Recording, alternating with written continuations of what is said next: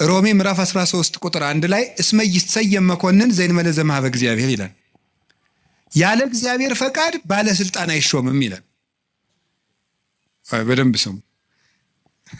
ያለ እግዚአብሔር ፈቃድ ምን አይሾምም ነው። እና እንግዲህ ሁሉም ባለስልጣን እግዚአብሔር እየፈለገ ነው የሾመው ነው? አዎ አይደለም? ሁሉም ባለስልጣን ማለት ነው። እንደው የዛሬዎችን መገምገም ከፈራችሁ የድሮዎችን ገምግሙ፣ ችግር የለም። እውነቴን እኮ ነው ማለት ነው። ቢያንስ የድሮዎቹ መጥተው ምንም አያደርጉንም ማለት ነው። ስለዚህ የድሮዎቹን መገምገም ትችላላችሁ። እና እንደው ሁሉንም እግዚአብሔር እየወደደ የተሾሙ ናቸው። ምን ይመስላችኋል? ይሄ እግዚአብሔር ክፉ ነገር ሲመጣ ይፈቅዳል ነው። እስቲ ይፈቅዳል በሉ። ይፈቅዳል የሚለው ነገር ፈቃድ እግዚአብሔር የሚባለው ሁለት ትርጉም አለው። ፈቃድ እግዚአብሔር የሚባለው አንደኛው ውዴታ ነው። ሁለተኛው ደግሞ ይሁን ማለት ነው። የእንግሊዘኛ ቃላትን ለመጠቀም ይቅርታ አድርጉልኝ፣ ልጠቀም ነው ገና ስለ ቅርብ ለማድረግ ለእናንተ እንዲመቸኝ ነው። የመጀመሪያው ምን ይባላል? ፐርሚሽን ይባላል። እስቲ ፐርሚሽን በሉ እንጂ። ሁለተኛው ዊል ይባላል። እስቲ ዊል በሉ። እሺ ፐርሚሽን ማለት ምን ማለት ነው? እናንተ ኃጢአት ስትሰሩ እኔም ስሰራ እግዚአብሔር ይፈቅድልናል። ምን ማለት ነው ይሄ? ይፈቅድልናል ማለት እግዚአብሔር እኔ ኃጢአት ስሰራ ደስ ይለዋል ማለት ነው። ይሄ ምን የሚባለው? ፐርሚሽን ይባላል። ስራ ከጠቀመህ ስራ ነው። ኃጢአት አይጠቅምህም ብዬ እኔ ነግሬሃለሁ፣ ይጠቅመኛል ካልክ ስራ ብሎ ይተውሃል ማለት ነው። መተው እሱ ፐርሚሽን ይባላል። ያሰናብተናል። ስለ እግዚአብሔር ክፋት እንዲሰራ ያደርጋል ማለት ክፋት እንዲሰራ ሰዎችን ይተዋቸዋል፣ እንዲሰራ ያደርጋል። ዊል የሚባለው ደግሞ ወዶ የሚሰራው እግዚአብሔር እንድንጸልይ ይፈቅዳል በሉ፣ እንድንጾም፣ እንድንጸድቅ፣ እንድንታረቅ ይሄ ፈቃድ ነው ይባላል። ይሄ ፈቃድ ማለት ነው ውዴታው፣ ወዶ የሚያደርግልን ነገር። ገብቷችኋል? ልዩነቱ ገብቷችኋል? እሺ ይፈቅዳል ማለት የመጀመሪያው ፈቃድ እግዚአብሔር ነው ይላል። ዝም ብሎ ምንድነው ፈቃድ እግዚአብሔር? ያለ ፈቃድ እግዚአብሔር ባለስልጣናት አይሾሙም ማለት ከየት ነው የምታስገቡት? ክፉ ሰዎች ሲሾሙ ምን ይላቸዋል ነው? ዝም ይላቸዋል ነው፣ ይተዋቸዋል ነው እንጂ ሰዎቹን ናማ እናቴ የተሾምና ሰውን ጨርስልኝ አይላቸውም። እግዚአብሔር እንደዚያ ብሎ ይሾማል ማለት አይደለም። እንደዚያ ሳይሆን የሚያደርገው እግዚአብሔር ክፉዎች ሲሾሙ ዝም ይላል። ለምንድን ነው ዝም የሚለው? እግዚአብሔር ነው ክፉ ነገር ሲመጣ። ስለዚህ ክፋትን እፈጥራለሁ ማለቱ ክፉ ሲመጣ ዝም እላለሁ ነው። ወይም ምን ማለት መሰላችሁ? የእግዚአብሔር እጅ አጥር ነው፣ ጠባቂ ነው፣ ረድኤት ነው። የእግዚአብሔር እጅ በእግዚአብሔር ለመጠበቅ ያልተገባን ሁነን ስንገኝ እግዚአብሔር አጥሩን ያነሳዋል። ያልተገባን ሁነን ስንገኝ አትጠብቀኝ ስንል ማለት ነው። ምን ማለት መሰላችሁ? መዝሙረ ዳዊት ላይ እንዲህ ይላል፣ መዝሙር 9 ላይ ውሃ ኮሃጠ ለእግዚአብሔር፣ ኃጢአተኛ ሰው እግዚአብሔርን አወከው ይላሉ ሊቃውንቱ። አወከው ማለት ምን ማለት ነው? እንዳይምረው ኃጢአት ይጨምራል፣ እንዳይቀስፈው ጥቂት ጥቂት ጽድቅ ይሰራል። ማታ መዝሙር ቀን ዘፈን እንደማለት እያቀላቀለ እግዚአብሔርን አወከው። ወይም ደግሞ ኃጢአተኛ ሰው እግዚአብሔርን አነሳሳው ይላሉ አባቶቻችን። እንደ ደረቅ ሰው ይላሉ። እንደ ደረቅ ሰው እንደው ጣይም አድርጌው ነው እንጂ ሌላ ነው የሚል አንድምታው። ደረቅ ሰው የሚለው ምን ማለት መስላችሁ? አቅም የሌለው ሰው እኔ አንተ ሰው ረፍ ብያለሁ ሲለምናል። ወንድ እስኪነካኝ ወተት ነው እንጂ ደም አይወጣኝ የሚል ይሄ ማለት ነው።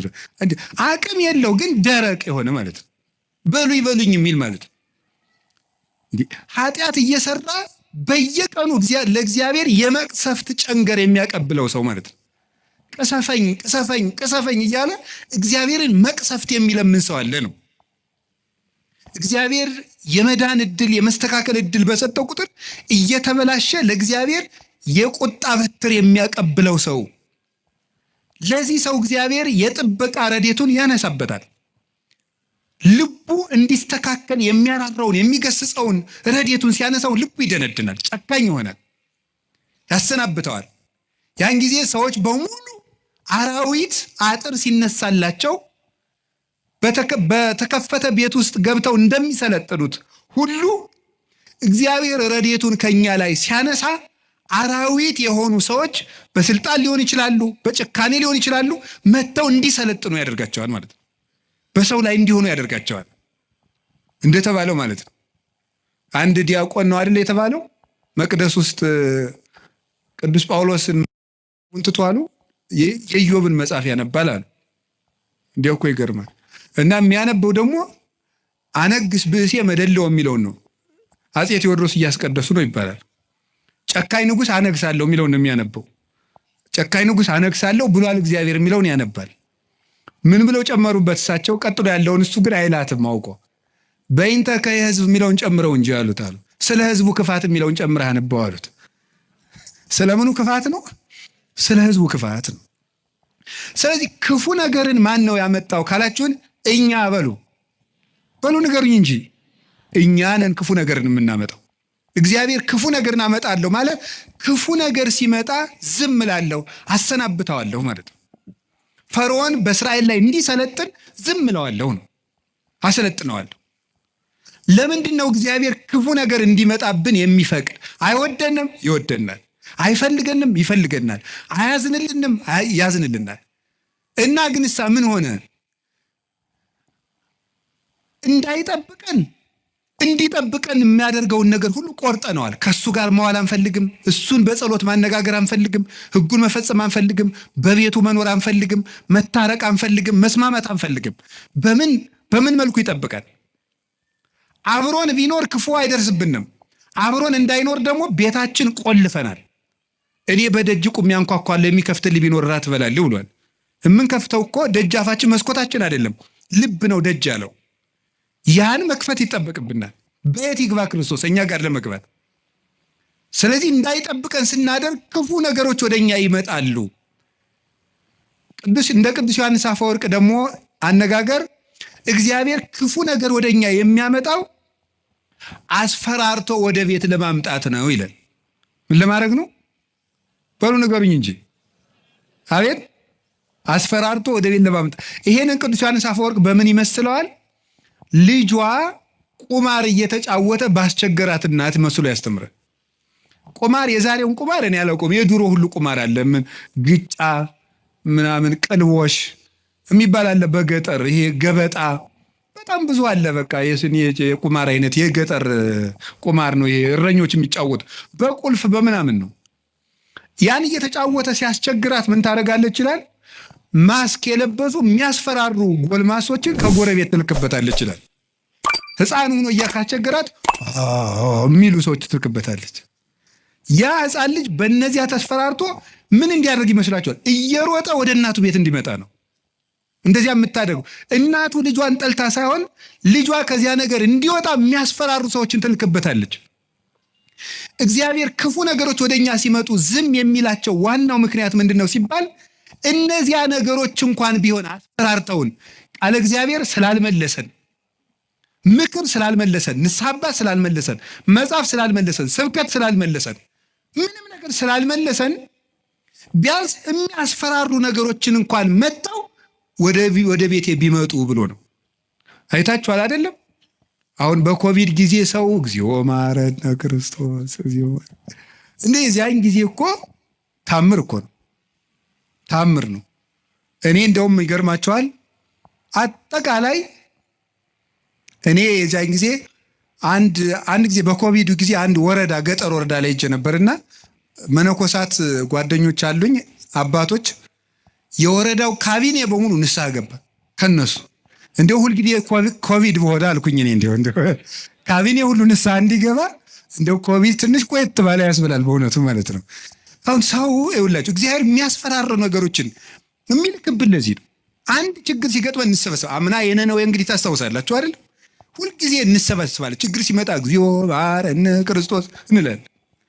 እናቲቱ ግን እነዚያን የሚያስፈራሩ ነገሮችን የምትልክ መልሶ ወደ ቁማሩ እንዲሄድ አይደለም፣ ልጇ ከቤቷ ቁም ነገረኛ ሆኖ እንዲቀር ነው። እግዚአብሔር የሚያስፈራሩ ነገሮችን ብቅ የሚያደርጋቸው መከራዎችን እንዲመጡ የሚያደርገው እኛን ስለሚጠላን አይደለም፣ እንዲሰበስበን ነው። እግዚአብሔር ለነነዌ ሰዎች የሚገለብጥ መከራ እመጣለሁ ያላቸው ተመልከቱ። ይሄ የእናትነት ስራ ነው የሰራው እግዚአብሔር። ሊያጠፋቸው ፈልጎ አይደለም፣ አስፈርቶ ወደሱ ማምጣት ነው የፈለገ። ቅዱስ ያሬድ ለዚህ ነው አንተ አቡነ ወአንተ እምነ ያለው። አንተ አባታችን ነህ፣ አንተ እናታችን ነህ። እግዚአብሔር እናት ነው። ልጆቹ እንዲከፉበት ስለማይፈልግ የሚያስፈራሩ ነገሮች፣ ዮናስን እኮ ያለው ሂድና አስፈራራ ነው ያለው። አስፈራራቸው ፈርተው እንዲመለሱ ማለት ነው። ተጽናንቶ መመለስ ያቃተው ቢያንስ ፈርቶ እንዲመለስ ነው። ስለዚህ ፈርተው ተመለሱ። እግዚአብሔር ክፉ ነገሮችን የሚልካቸው ወይም ሰይጣን ክፉ ነገሮችን እንዲያመጣ እግዚአብሔር ዝም የሚለው ለምንድን ነው ካላችሁኝ፣ ፈርተን እንድንመለስ ነው። ምን አላችሁኝ? ምን አላችሁኝ? ምን አላችሁኝ? አንዳንድ ጊዜ ሕፃኑንን ስናስቸግር ትዝ ይላችኋል። ለከተማ ሰው ብዙ ምሳሌ ቅርብ አይደለም። አንተን እዚያ ምድጃ እየቆሰቆስክ ያደክረው እኛ ስቶቭ ነን እንዳትሉ። እኛው ምድጃ ሲነድ ድሮ እሳት ማማ እያልን እናስቸግራለን። እሳት እኮ ነው የምንለምነው። ከዚያ መጨረሻ ላይ እምቢ ካል ኡፍ እያሉ ያስፈራሩናል። እምቢ ካልን አይ እንግዲህ ቀመሰው ብለው ተርኮስ ያደርጉናል።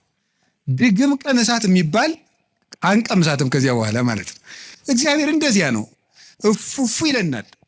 እናታችን አባታችን ስለሆነ መመለስ ካቃተን አንዳንድ ጊዜም ተርኮስ ያደርገናል። ድግም ቀን እንዳይደግመን ማለት ነው። እና እግዚአብሔር ስለሚጠላን እንዳይመስላችሁ። እኔ እውነቴን እኮ ነው። እንዴት አድርጎ እንደሚወደን ተመልከቱ። አሁን እናት ልጇን በእሳት መተርኮስ ፈልጋ ነው አይደለም። ልጄ ጨርሶ ከሚቃጠል እንደው ትንሽ ይተኩሰውና ለሌላ ቀን እንዳይቃጠልብኝ ነው ነገሩ እኮ። እግዚአብሔር ገሃነም እንዳይበላን እኮ ነው ትንንሽ ነገሮችን የሚተረኩሰን። ገንዘቦቻችን በማሳጣት ዘመድ እንዲሞትብን፣ ጓደኛ እንዲለየን በማድረግ ከሹመት እንዲሻሩ፣ እንድናጣ፣ እንድንዋረድ፣ ኃጢአት ስንሰራ የሚያዋርዱንን ሰዎች በመላክ ሰዎች እንዲደርሱብን በማድረግ በማጋለጥ ኋላ ከምትጋለጥ ዛሬ ባጋለጥ ብሎ የሚያዋርዱ ሰዎችን ጭምር በመላክ እግዚአብሔር እኛን ትንሽ ተርኮስ እያደረገ ወደ ቤቱ ያመጣናል። እንዴት እንደሚወደን ተመልከቱ። ፈተና በመጣብን ጊዜ እግዚአብሔር እንደሚወዳቸው ተመልከቱ። እውነቴን የምነግራችሁ ጌታ ሆይ ለምንድን ነው እንዲሁ አክስቴም ሳምንት ዕለት ሞተች፣ እናቴ ደግሞ የዛሬ ወር፣ እንደገና ደግሞ የዛሬ 2 ወር ከስራ ተባረርኩ፣ እንደገና ደግሞ ይሄ ቀደረብኝ፣ ደግሞ ይሄኛው ተቃጠለብኝ፣ እንደዚህ አለብኝ፣ ጠልታኝ ነው ወይ እባክህን ወይም እባክሽን ልጄ ወደ ቤቴ ኑ ማለቱ ነበር።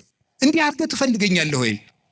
ራስቼህ ስለኖርኩ እማስታውስበት መከራ ሰጠኸኝ ተብሎ ነው መመስገን ያለበት። አንተን እንዳስታውስህ የመጥሪያ ደብዳቤ ላክልኝ ነው። መጽሐፍ ቅዱስን ደብዳቤ ጽፎ ላከ፣ ንስሐ አባት ላከ፣ መጽሐፍትን ጽፎ ላከ፣ በቅዳሴ ጠራን፣ በትምህርት ጠራን፣ በመዝሙር ጠራን፣ ወንድሞቻችን ሲመጡ በመከራ ጠራን፣ አልተመለስንም። መጨረሻ ላይ ደግሞ የመከራ መልእክት ይልካል። እባካችሁ ኑ ነው። ለምኖ የሚያድን አምላክ እንደ እግዚአብሔር ያለ አለ እንዴ? ለምኖ እኮ ነው የሚያድናል። አሁን ሙሴን አላያችሁትም? እንዴት አስፈራርቶ መመለስ እንደፈለገ። እስራኤል ጣዖት ሲያመልኩ ሙሴ አቤት ተወኝ ማይጄ ላጠፋቸው ነው። አሁን ሙሴ እግዚአብሔር ጨብጦ ስር ይዞት ሂጄ ላጠፋቸው ነው። እንዲሁ እኮ ይገርማል እኮ እግዚአብሔር የሚያደርገው ነገር። ኧረ ተው አታጥፋ። እንዲህ ማብላት ሲያቅተው ጊዜ በረሃ አምጥቶ ጨረሳቸው ነው የሚለው አለ ሙሴ። እግዚአብሔር እንዳይሰደብበት ነው እሱ። 40 ዓመት ማብላት ሲያቅተው በረሃ አምጥቶ ጨረሳቸው ነው የሚለው አሉ። እንዲያውም እነሱን አታጥፋ አባቶቻችን ሲተረጉሙ አሁን እግዚአብሔር ሊያጠፋቸው ወዶ አይደለም ሙሴ እንዲሰራቸው እንዲቀጣቸው ብለው ነው እንጂ ይላሉ። እንግዲያስ ሂድና ቅጣ አለው። ሰርቶ ቀጥቶ እስራኤልን ወደ ራሱ ሰበሰባቸው። በማስፈራራት እንድንመለስ እግዚአብሔር ክፉ ነገር እንዲመጣ ያደርጋል። ከቃሉ ጋር ናችሁ? ከቃሉ ጋር ናችሁ? እግዚአብሔር ከሁላችን ጋር ይሁን። ስንት ሰው ነው እግዚአብሔር በሚያውቀው እንዴ ተነግሮ እኔ እንዲያው አሁን ሰውየው መዚህ ስለሌለ ተመስገን ነው ልናገር። ተነግሮ ይሄንም አይሰማውም፣ ችግር የለም። ተነግሮ አልሰማ ያለ ሰውዬ የሳምባ ቲቪ ገብገብ ሲያደርገው የቆረበ ሰውን ያውቃሉ። ተመስገን ነው። እንኳን ቲቪ መጣ። እንዲህ እውነቴን እኮ ነው የምነግራቸው። ተርኩት ስንት ሰው ነው፣ ስንት አመፀኛ ነው ጸበል እንደምን ሰነበታቸው አማን ነው ሰላም ነው ፒስ ነው የሚለው ሁሉ ጸበል ሲሄድ እግዚአብሔር ይመስገን የሚለው። እንዲሁ እግዚአብሔር ማን ይተርኩሰን እንጂ እኔ እውነቴን እኮ ነው የምነግራቸው። እግዚአብሔር ማን ይተርኩሰን። ምድር ጠቧችሁ እኮ የምትራመዱት ሁሉ ጸበል ስትል ኩምሽሽ በቃ እንዲሁ ለተቸገረ እንድናዝን አረማመዳችን እንኳን ልክ እንዲኖረው ንግግራችን መጠን እንዲያበጅ እግዚአብሔርም አይተርኩሰን እንጂ ተነግረን ሰምተናል እንዴ? እውነቴን ነው። ስለዚህ ስንቶቻችሁን እስቲ አሁን እዚህ ውስጥ ራሱ ብቆሰቁስ እዚህ ውስጥ እዚህ ከተሰበሰበው ውስጥ እግዚአብሔር በሚያውቀው እግዚአብሔር ነቅሶ ቢያወጣ ሲቸግራችሁ ወደ ቤተ ክርስቲያን የመጣችሁ ስንቶቻችሁ ናችሁ? ስንቶቻችሁ ናችሁ? ወይ እንዴ ባለ ትዳሮች ሲጣሉ እኮ ነው ባጋባናቸው በ20 ዓመታቸው እኮ ነው ቤተክርስቲያን የሚመጡ ሲጣሉ ነው። ይኸው ከተጋባና ዓመታችን ነው፣ ምላትን አትሰማኝም፣ ምንም አታዳምጠኝም ማለት ይጀምራል። ማለት ጠፍቶ ኖሮ ምናምን መከራውን ነው ተደዝድዞ ነው እዚህ ወዲያ መከራችን ምን ተመስገን ነው እንኳን መጣችሁ። ዋናው መሸም ነጋም መምጣታችሁ ነው። ስለዚህ እግዚአብሔር ሰው ሁሉ ራሱን እንዲጠላ ሊያደርግ ይችላል። እንዲጠላም ከፈለገ እግዚአብሔር ሰው እንዲጠላን አያደርግም። ሰው እንዲጠላን ሰይጣን ሲያደርግ ዝም ይላል። ይሄ እግዚአብሔር እኛን የሚጠራበት መንገድ ነው። በቸርነቱ ወደ ቤቱ ይጥራን። የነነዌ ሰዎች የሚያስተምሩን ይሄንን ነው። እኛም ነገ ከነገ ወዲያ አሁን ሁላችሁም ችግር ካለባችሁ እግዚአብሔር ጠልቶኝ ነው አትበሉ። እግዚአብሔር ወደ ቤቱ ሊጠራ ይፈልጎ ነው ማለት ያለብን። ከቃሉ ጋር ናችሁ። እግዚአብሔር ከሁላችን ጋር ይሁን። ሁለተኛው እግዚአብሔር ክፉ ነገር ሲመጣብን ለምንድን ነው ዝም የሚለው ካላችሁን ለመጥራት ነው ብያችኋለሁ። የኃጢአት ይቅርታ ለማድረግ ነው። የኃጢአት ይቅርታ ለማድረግ አንዳንዱን ሰው እግዚአብሔር በበሽታ የኃጢአት ይቅርታ ይሰጠዋል። አንዳንዱን ሰው ገንዘቡን አሳጥቶ ሰውነቱን ከመቅሰፍ ይሰውረዋል። ገንዘብ የሰውነት ቤዛ ነው ይላሉ አባቶቻችን። ኦሪት ነው ያለችው። በሰውየው ላይ ሊመጣ የነበረውን ችግር በገንዘቡ ላይ ያሳልፍለታል። በዚያው እንደ የከተማ ሰው ጦሱን ይዞ ይሄድ ይላል። የገጠር ሰው በዚያው ያሳልፈው ይላል። ያው አንድ ነው ቋንቋ። ያም ጦሱን ይዞ ይሄድ ምንድነው? ጦስ ምንድነው ታውቁታላችሁ? የሰውነት ገንዘብ የሰውነት ቤዛ ነው። የኃጢአት ይቅርታ እንድናገኝ ምን ያደርጋል መሰላችሁ? በሽታን ያመጣል፣ ደዌን ያመጣል። ያ ደዌ ኃጢአት ደዌ ዘኃጢአት ደዌ ሰሴት ይሉታል አባቶቻችን። የኃጢአት ይቅርታ እንድናገኝ ደዌን ያመጣል። ስለዚህ እግዚአብሔር ለምን የሚያደርገው ሲባል ይቅርታ ለመስጠት ገስጾ ቆንጥጦ ነፍሱን ላትርፈው ብሎ ማለት ነው። እንዲሁም አባቶቻችን ምን ይላሉ? ለምሳሌ አንድ ጻድቅ ያደረገው ልንገራችሁ። አንድ በጣም ፍጹም ጻድቅ አውሬ ሲበላው ያያል። አውሬ በልቶት ሳይቀበር ሲቀር፣ ሰውን ሁሉ የሚያስለቅስ ባለጸጋ ደግሞ በጥሩ አቀባበር ሲቀበር እንደው ሰው ሁሉ አጅቦ ሲቀበር ያያል። እንደ እግዚአብሔር ሆይ እሱን ያገለገለህን ሰው አውሬ በልቶት እንዲሞት ታደርጋለህ፣ ቀማኛውን በስርዓት እንዲቀበር ታደርጋለህ። ፍርድ ምንድን ነው አለው። ይሄኛው ብዙ ጽድቅ አለው፣ ትንሽ ኃጢአት አለችው። የእሷን ቦታ የእሷን ፈንታ ስጋውን አውሬ እንዲበላው አድርጌ ነፍሱ ፍጹም እንድትሆን አድርጌያለሁ። ይሄኛው ደግሞ ሙሉ ኃጥ ነው፣ ግን ትንሽ ጽድቅ መቸስ የሌለው የለም። የዚያን ዋጋ ደግሞ በምድር ተመችቶት እንዲቀበር ተመችቶት እንዲኖር እንደገና ደግሞ በአጃቢ እንዲቀበር አድርጌያለዋል። ያኛውም የሰማይ ዋጋውን አግኝቷል፣ ይሄም የምድር ዋጋውን አግኝቷል። ስለዚህ ያኛውን አውሬ እንዲበላው ያደረኩት ሲበላው ዝም ያልኩት ዋጋው ፍጹም ይሆን ዘንድ ነው። አንተ በእኔ ፍርድ አትግባ ብሎ መለሰለት ይባላል። እኔ ሁሉንም አውቃለሁ ይላል። ስለዚህ አንዳንድ ጊዜ ሁላችንም እንላለን ለገሌ ያልሆነ እግዚአብሔር እግሌ ስታውቀታለች አቤት ስታስቀድስ ሲያስቀድስ ማንም አይቀድመውም እኮ እንላለን። ግን ለነሱ ያልሆነ አይ ቤተክርስቲያን እነሱም እንዲህ ነው የሆኑ እንላለን። እግዚአብሔር ግን በኋላ አመጣዋለሁ። ይሄንን የሚያደርግበት ምክንያት ለኃጢአታቸው ይቅርታ ለማድረግ ነው። እንደዚህ ስላችሁ ደግሞ ጊዜ እንዲሁ በኃጢአቴ ነው ይሄን የተቀጣው ማለት ደግሞ በራሱ ትዕቢት ነው። ለምን መሰላችሁ? ለኃጢአቴ ይሄ መከራ ይበቃኛል ማለት ራሱ ትዕቢት ነው። በቸርነቱ ይዞኝ ነው እንጂ አባቶቻችን እንደ ቸርነት እንጂ እንደ በደላችን አይሁን የሚለውን ቅዳሴ ላይ ያለውን ቃል ሲተረጉሙ ብዙ ትርጉም ነው ያለው። መከራ የምታመጣብን የቸርነትህን ያህል ነው እንጂ የኃጢአታችን ያህል አምጥታ አታውቅም ይላሉ። የቸርነቱን ያህል እንጂ የኃጢአታችን ያህል መከራ ቢያመጣ በምድር ላይ መቆም የሚችል ሰው የለም። ስለዚህ እግዚአብሔር ለምንድን ነው ይህን የሚያደርገው ሲባል ይቅርታ ሊሰጠን ነው። ከቃሉ ጋር ናችሁ? ከቃሉ ጋር ናችሁ? እግዚአብሔር ከሁላችን ጋር ይሁን። ሶስተኛው እግዚአብሔር ለምንድን ነው ክፉ ነገር እንዲመጣ የሚያደርገው? ወይም ክፉ ሲመጣ ለምን ዝም ይላል ነው። ይሄን የሚያደርግበት ምክንያት ቆይቶ ለማያፈራ ሰው መቅሰፍት ይሰጠዋል። ለምሳሌ ምን ማለት መሰላችሁ? ይሄ ሁለት አይነት ነው። አንደኛ ለምሳሌ እግዚአብሔር ሕፃናት እንዲሞቱ ለምንድን ነው የሚያደርገው? በመጽሐፍ የተጻፈውን ልንገራችሁ፣ ቀሪውን ራሱ ያውቃል። እግዚአብሔር ሕፃናት ሁላችንም እንጠይቃለን። እሺ እኛስ በኃጢአታችን ለምንድን ነው ሕፃናት የሚቀሰፉት እንላለን። ያን የሚያደርግበት ምክንያት ማለት ነው ምንድነው? መጨረሻቸው መልካም እንደሆኑ የሚያውቃቸውን ሕፃናት መጨረሻቸው መልካም እንደሆኑ ያወቃቸውን ሕፃናት ከክፉ ዘመን ሳይጨምራቸው በጊዜ ይወስዳቸዋል። ይሄ የራሱ አሰራር።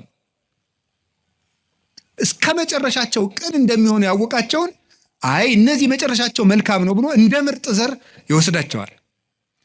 ሰብአ ሰገል ላይ ክርስቶስ ሲሰደድ ለምንድን ነው ሕፃናት እንዲጨፈጨፉ ያለውን አባቶቻችን ሲተረጉሙ አንደኛ ከመከራው ሲያሳትፋቸው ነው። በኋላ እናመጣዋለን። የመጀመሪያው ግን አንዱ ምንድን ነው?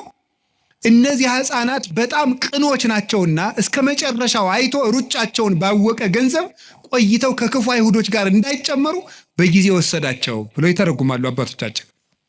ስለዚህ ቆይቶ የሚከፋ ከሆነ ከነ መልካምነቱ በጊዜ ይወስደዋል። አንዱ እሱ ነው። መልካምን ሰው ቆይቶ እንዳይበላሽ ይወስደዋል ከቅንነቱ አንፃር።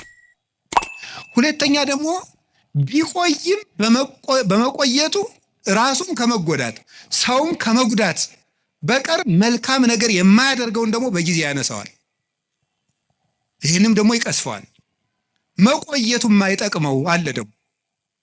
ደግሞ እንደዚህ ስላችሁ ጊዜ እንደው ጌታ ሆይ እኔ መቆየቴ አይጠቅመኝ ዛሬ አንሳኝ እንዳትሉ። እንደው እኮ ሰው እኮ የሰው ነገር መቼም ሰው የሚነግሩትን ትቶ ያልነገሩትን የሚይዝ። እንደሱ እያልኩኝ አይደለም። እንደሱ አትበሉ፣ እድሜ ለንስሐ ስጠኝ ነው የሚባለው። ወይ ጉድ! እንደዚህ ማለት ጌታ ሆይ ግደለኝ ማለት እኮ እንዲሁ ጸድቅ ያለው ማለት ነው። አስተካክለኝ፣ ጊዜ ስጠኝ፣ ቆየኝ እስካፈራ፣ አትቁረጠኝ ነው የሚባለው። ግደለኝ ማለት አይቻልም። እንደ ቅዱስ ጳውሎስ ያለ ሰው ነው ወደ ክርስቶስ ልሄድ እናፍቃለሁ ማለት የሚችል። ስለዚህ እግዚአብሔር ቆይቶ ለምንድን ነው እንዲያው እገሌ ለምን ተቀሰፈ እገሌ ምንም እንዲህ አለ የማይቆየውን ሰው እንዲያውም ቆይቶ ቢያንስ እንኳን በቅዱሳን ምልጃ እንኳን ትንሽ ምሕረት እንዳያገኝ የእግዚአብሔርን ቸርነት ጨርሶ ተቃውሞ ከምሕረት በር ውጭ በር እንዳይዘጋበት የሚያስምር ነገር ሳለው እንኳን እንዲሁ ትንሽ ይወስደዋል። እንደገና ደግሞ ስለ ፍትህም ይወስደዋል። በመቆየቱ ሰዎች ብዙ የሚጎዱ ከሆነ ስለ ፍትህ ይነቅለዋል። ያንን እንደ ፈርዖን ያለውን ፍትሁን ያሳየዋል። እግዚአብሔር ምሕረቱን ላልተጠቀመ ሰው ፍትህ ይሰጠዋል፣ ፈታሂነትም ስላለው። ከዚህ የተነሳ ፈርዖንን አነሳው። እንዲያውም አባቶቻችን ምን ይላሉ? ፈርዖንን በባህር ውስጥ የጣለ በሉ እስቲ ምሕረቱ ለዘላለም ነውና በሉ እስቲ። እንዴት ነው ይሄ ነገር? ፈርዖንን በባህር ውስጥ የጣለ ይሄ ነገር አይጋጭም? ፈርዖንን በባህር ጥሏል ብሎ ሲያበቃ ከዛ ምሕረቱ ለምንድን ነው? እንዴት ያለ ምሕረት የዘላለም ምሕረት ነው አይመስላችሁም? ጥያቄ ሆኖባቸው ያውቀው ምን ማለት ነው?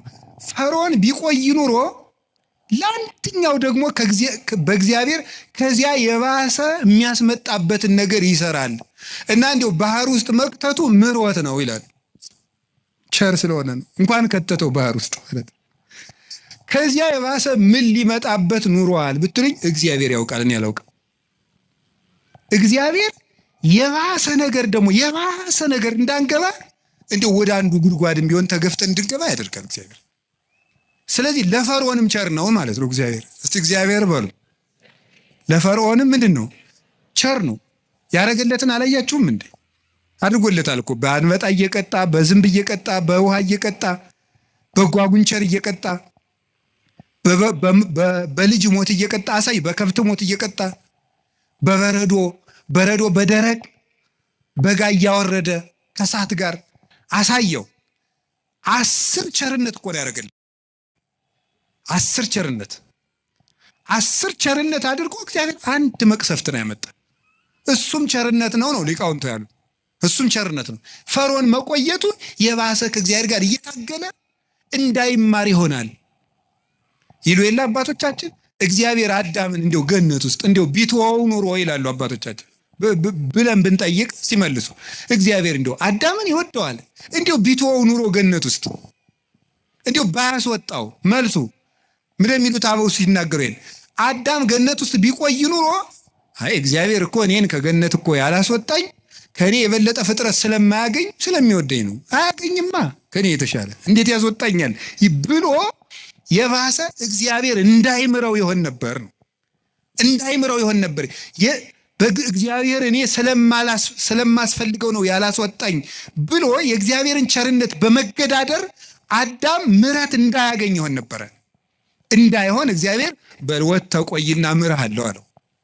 እግዚአብሔር እንኳንስ ከሌላው ነገር እንኳንስ ከቤታችን ይቅርና ከገነት እንኳን ሲያስወጣ በቸርነት ነው የሚያስወጣው። እንዳንበላሽበት የማይቆነጠጥ ልጅ የሰው ልጅ ነው ይላል ቅዱስ ጳውሎስ። የጎረቤት ልጅ ነው የሚቆጠው። የራስ ልጅ ይቀጣል። እግዚአብሔር ልጆቹ ስለሆነ ይቀጣል። ልጅ ደግሞ ይቀጣል። ለነገሩ ያሁን ልጅ አይቀጣም። ድሮ እንቀጣ ነበር።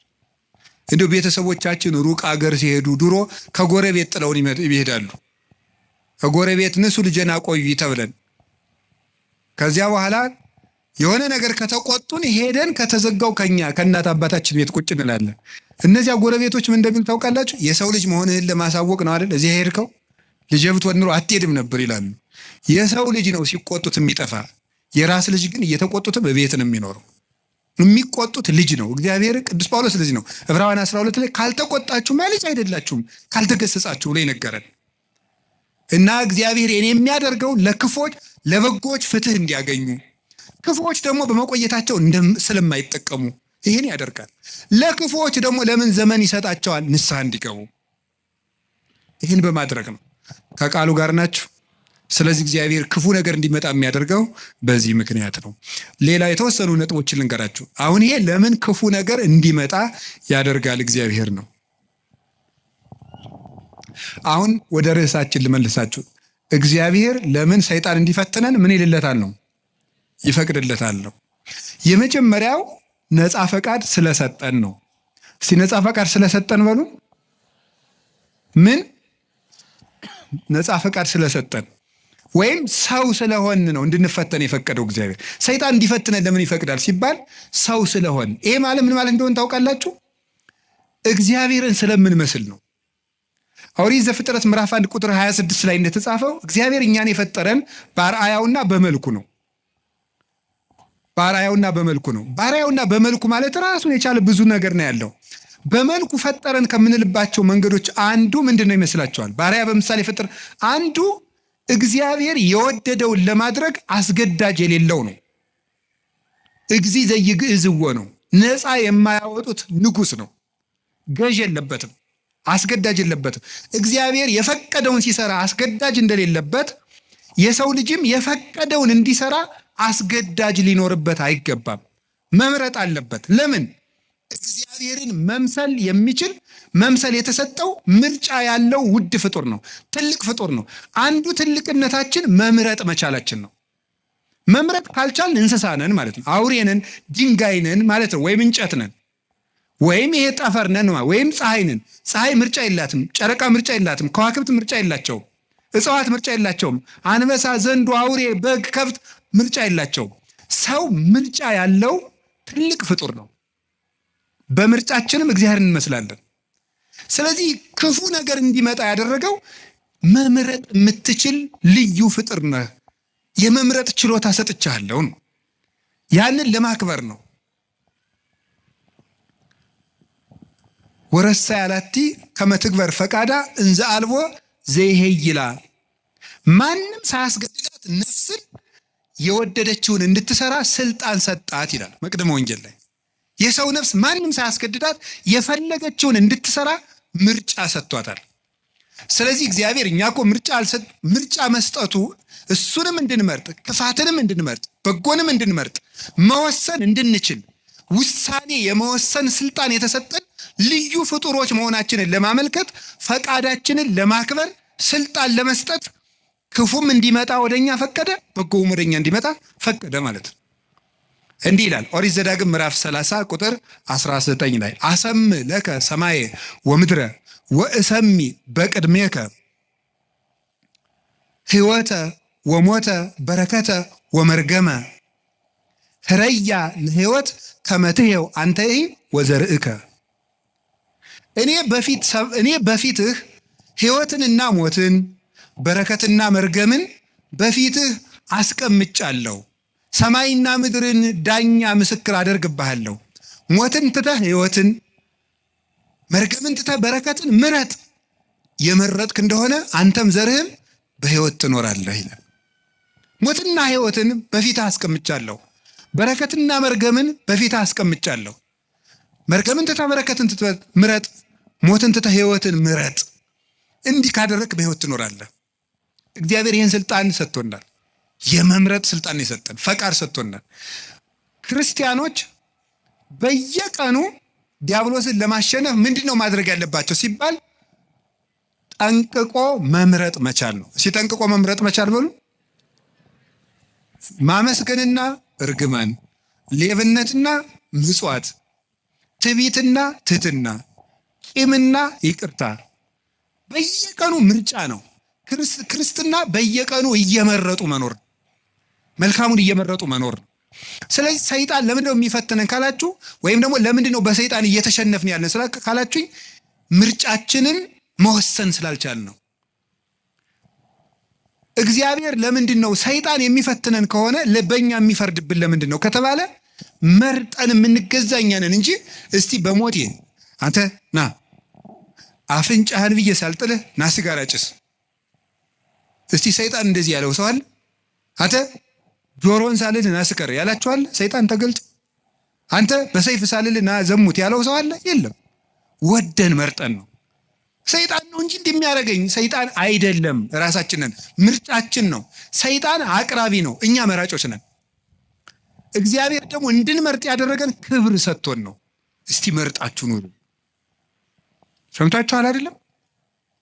እንዲሁ ዝም ብሎ እግዚአብሔር ዝም ብሎ እንደ ራሳችን ኮምፒውተር እና ስልክ ዝም ብሎ በፓስወርድ የሚዘጋን የሚቆልፈን ሳይሆን ራስህን መዝጋት መክፈት የምትችል ልዩ ፍጡር አድርጌሃለሁ። የምትወስንበት ችሎታ እውቀት ሰጥቼ ህሊና ሰጥቼ የሚከስ እዚህ ውስጥ ደግሞ የሚያስታውስ ይሄ ነገር ክፉ ነው እምቢል ሰጥቻለሁ። ምረጥ ነው። ታዲያ እንድንመርጥ አድርጎ ስለፈጠረን መልኩን ስለሰጠን ልናከብረው አይገባም እንዴ? እንዲሁ ዝም ብሎ እንደ በሬ ፕሮግራም ስላላደረገን በሬ በቃ እንዲሁ ነው ኑሮ ብሎታ ይኖራል። ምርጫ የለውም። የሚበላውም ምርጫ የለውም። ያው ይሄን የተወሰነለትን እንዲሁ ሰሞኑ ቲማቲም ልብላ ይላል በሬ ይላል። እስኪ ንገሪ። ኧረ እንዲሁ ሻዩ ላይ ቅርንፉድ ጨምሩበት ይላል በሬ አለ። ምርጫ አለው። እኛ እኮ መምረጥ ስለቻልን እኮ ነው። ይህ ደስ አይላችሁ? የምለብሰውን ይሄኛው ነው፣ ይሄ እንዲህ አይነት ሸሚዝ ደስ አይለኝም የምትል እኮ መራጭ አድርጎ ስለፈጠረ ንጉሥ አድርጎ ነው እኮ የፈጠረ። በራስ እንድትወስን እንድንወስን አድርጎ አንግሶ ነው የፈጠረን። ሰብሰን ዘንጉሥ ውእቱ እያይመረ ሰው ንጉሥ ነበር አላወቀም ነው። ማንም ሳይወስንበት የሰው ልጅ ሕይወቱን እንዲወስን እግዚአብሔር ስልጣን ሰጥቶታል። የመለኮት ተሳታፊ ነው። ሱታፊ አምላክ አለው። እግዚአብሔርን ይመስላል። እግዚአብሔር ሳያስገድደው በከመ ፈቀደ ይገብር ወበከመ ሀሌ ይፌጽም አልቦ ዘይብሎ ምን ተገበርከ ዘንተ አይሰምከው ዘንተ አሰነይከ። እግዚአብሔር እንደወደደ እንዲወስን፣ ሰው እንደወደደ እንዲወስን ፈጥሮታል። ከቃሉ ጋር ናችሁ? ከቃሉ ጋር ናችሁ? ስለዚህ አሁን ሁላችሁም ሰይጣን እኛን እየገዛን ያለ በምንድን ነው ካላችሁ ነፃ ፈቃዳችንን ተጠቅሞ እስኪ በሉ አቤት። እንዲያውም አንድ ቅዱስ ዮሐንስ አፈወርቅ የሚለዋል እንዴ ውብ ሴት ባየህ ጊዜ እግዚአብሔርን ለምን ውብ አድርጎ ፈጠረ ትላለህ እንዴ ይላል። ታዲያ ምንድን ነው ማለት ያለብህ? የራስህን ፈቃድ ተቆጣጠር እንጂ እግዚአብሔር ለምን ውብ አድርጎ ፈጠረ ትላለህ እንዴ? ብረቱ ላይ ሄደህ እጅ ቢቆረጥ እግዚአብሔር ለምን ብረት ፈጠረ ትላለህ? ራስህ ባለማስተዋል ተቆርጠህ ማለት። ሰይጣንን የሚቀልድብን በምንድን ነው ካላችሁ በፈቃዳችን። አሁንም ቢሆን በዚህ ዘመን የተሳሳቱ ስብከቶች አሉ። ሰይጣን ማንኛውም ሰው ላይ አለ የሚል ስብከት የለም። ሰይጣን ማንኛውም ሰው እየገዛው ነው፣ አይገዛውም። ነፃ ፈቃድህን ከተጠቀምክ ሰይጣን አይገዛችሁም። ፈቃድ እኔ ሰይጣንን አለ ምን አላችሁ መሰላችሁ? ቅዱስ ያዕቆብ ሲናገር ያዕቆብ ምዕራፍ 4 ቁጥር 4 እስከ 6 ሲናገር ምን አለ? ኦሆ በልዎ ለእግዚአብሔር እንብየ በልዎ ለጋኔን ወይርቅ እምኔክሙ። እግዚአብሔርን እሺ በሉት ጋኔንን እምቢ በሉት ከእናንተም ይርቃል ይላል። እግዚአብሔርን እሺ በሉት ጋኔንን እምቢ በሉት ከእናንተም ይርቃል። ሰይጣንን እምቢ በማለት ማራቅ ይቻላል። አልፈልግም በማለት በፍላጎታችን ሰይጣንን አለማቅረብ እንችላለን። በፍላጎታችን የእግዚአብሔር መሆን እንችላለን። የእግዚአብሔር መሆንም ፈቃድ ነው። አሁን አንዳንድ ሰው ይላል እንዲሁ እግዚአብሔር እንዲሁ ጥሩ ሰው ቢያደርገኝ ይላል። እንዴ የወራችሁኝ ሰው እንጨት አይደለም፣ በግድ አይጠረም። ፈቃድ ያለው ፍጡር ነው። አስፈቅዶ ነው የሚያድነህ። እንዲሁ እግዚአብሔር ሌሊቱም እንደው እንዳልተኛ ቢያደርገኝ አያደርግም እያልኳችሁ ነው። አያደርግም። ወደ መርጠ ነው ማድረግ። ለምን ያስገድዳል እግዚአብሔር? እግዚአብሔር ለምን ፈቃዱን ያጋጫል? ፈቃድ ሰጥቶ እንደገና ለምን ያስገድዳል? እንዲሁ እግዚአብሔር ዓለሙን ሁሉ ጥሩ ቢያደርገው ምን ችግር አለ? አያስገድድማ። ነፃ ፈቃዱን እሳ እንደዚህ ያድርው። ከቃሉ ጋር ናችሁ።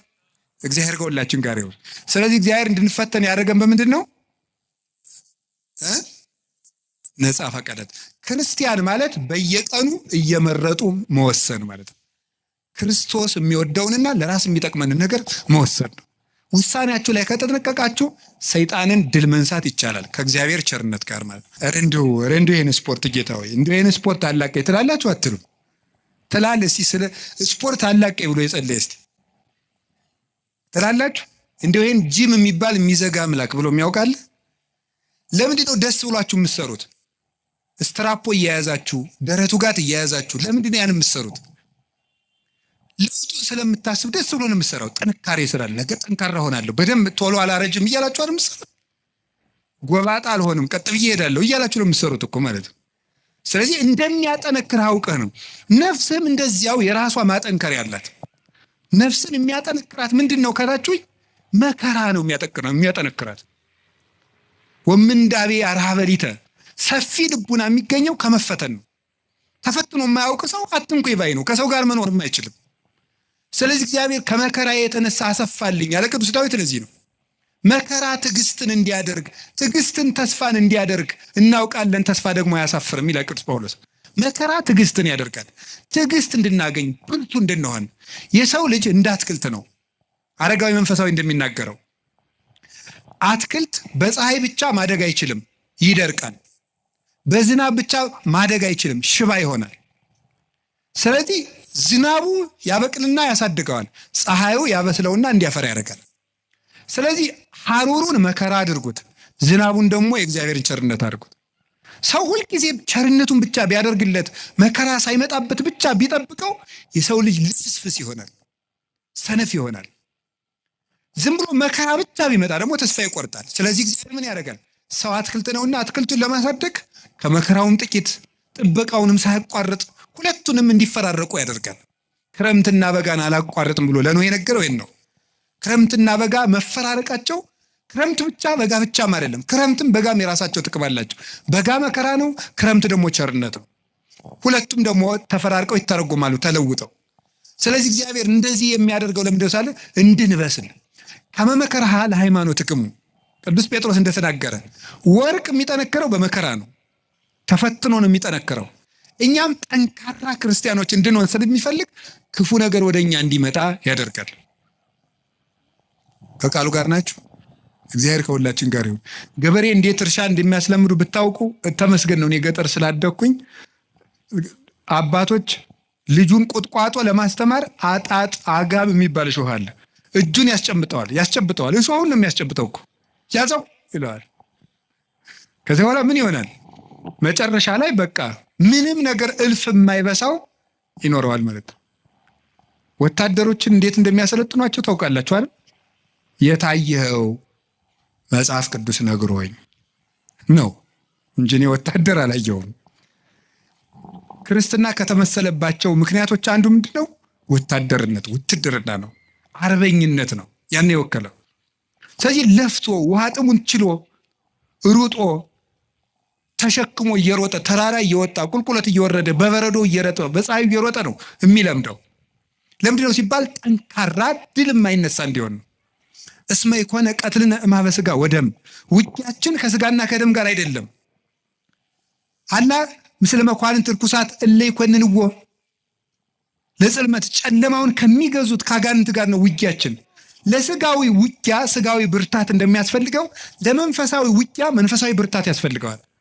እግዚአብሔር ለምንድን ነው ፈተና እንዲመጣ የሚያሰርገው ካላችሁኝ ሊያጠነክረን ስለሚፈልግ ነው። ወርቅ በእሳት ተፈትኖ እንደሚጠራ በመከራችሁ የተፈተነ ሃይማኖታችሁ ጌታችን መድኃኒታችን ኢየሱስ ክርስቶስ በመጣ ጊዜ በክብርና በምስጋና እንድትገለጡ ያደርጋችኋል ይላል። እስመ መከራሃ ለሃይማኖትክሙ ትትረከቡ ሀለወክሙ በስብሐት ወበውዳሴ አመ ያስተርኢ እግዚእነ ኢየሱስ ክርስቶስ ከመ ወርቅ ንጹሕ ዘይትበደር ሳመከርዎ በእሳት። በእሳት እንደተፈተነ ወርቅ ንጹሕ በእሳት ተፈትኖ ንጹሕ ወርቅ የተፈተነው እምነታችሁ ጌታችን ኢየሱስ ክርስቶስ በመጣ ጊዜ በክብር እንድትገለጡ ያደርጋችኋል ይላል። ስለዚህ ለምንድን ነው እንድንፈተን ያደርጋችኋል? እንድንጠነክር ነው። ከቃሉ ጋር ናችሁ። እግዚአብሔር ከሁላችን ጋር ይሁን። እግዚአብሔር ጠንካራ ያደርገን። መከራ ጥንካሬ ትዕግስት ይሰጣል። ትዕግስት ተስፋ ይሰጣል። ተስፋ ደግሞ አያሳፍርም። ተስፋም ክርስቶስ ነው። ሶስተኛ 5 ናቸው። ከዚያ ጨርሳለሁ። ሶስተኛ ለምንድን ነው ጌታ በሰይጣን እንድንፈተን ወይም ሰይጣን እንዲፈትነን የሚፈቅድለት ለምንድን ነው ስትሉም ክርስቶስን እንድንመስል ነው። ክርስቶስን እንድንመስል ነው። ጌታችን መድኃኒታችን ኢየሱስ ክርስቶስን እንድንመስለው እንፈተናለን። ክርስቶስን መምሰል እምከመ አርአይነ ሕማመ ምስሌሁ ንኤሪ ክብረ ምስሌሁ። ከሱ ጋር መከራ ከተቀበል፣ ከሱ ጋር ከሞትን፣ በመከራ ከተባበር ከሱ ጋር እንነሳለን ይላል። ሕማምነ ዘለሰዓት ክብረ ወስብሐተ አፈድፍዶ ይገብር ለናል። የጊዜው መከራችን የዘላለም ክብርን አብዝቶ ያደርግልናልና ይላል ቅዱስ ጳውሎስ። የጊዜው መከራችን የሚለውን ፊሊጎስ የተባለ ሊቅ የሰዓት መከራችን ብሎ ያነባዋል። ለምን ነው ቅዱስ ጳውሎስ ስለ ክርስቶስ የምንቀበለው መከራ የሰዓት ያለው? እድሜ ዘመናችን ሁሉ የምንቀበለውን ፈተና ለምንድን ነው የሰዓት ፈተና ያለው ይልና ዓለም ከተፈጠረ ጀምሮ እስከሚያልፍ ድረስ የተፈጠረ የሰው ልጅ ሁሉ የሚቀበለው መከራ በመንግስተ ሰማያት ከሚያገኘው ደስታ አንጻር በጣም ትንሽ ነው። ያንዳችን ብቻ አይደለም። አዳም ከተፈጠረ ጀምሮ ዓለም እስከሚጠፋ ያለው በአጠቃላይ የሰው ልጅ የተቀበለው መከራ በሙሉ ቢደመር መንግስተ ሰማያትን ለደቂቃ አይቶ የመደሰትን ደስታ ያህል እንኳን ሊሆን አይችልም። ለደቂቃ እንኳን አይቶ የመደሰትን ያህል ንጽጽሩ ገብታችኋል? መንግስተ ሰማያት እንዴት ያለች ውብ እንደሆነች ብታውቁ በእውነት ማለት እኔም አላውቃትም። በመጽሐፍ መንግስተ ሰማያት እንደው ምን አይነት ናት ሲባል ቅዱስ ዮሐንስ አፈወርቅ ሁሉ ክብራ ለወለተ ንጉሥ አሴቦን ይላል። እሺ የንጉሥ ልጅ ሀብቷ ስንት ነው? እስኪ የሚነግረኝ የንጉሥ ልጅ ሀብቷ ስንት ነው? ወይም የንጉሥ ልጅ ሀብቱ ስንት ነው?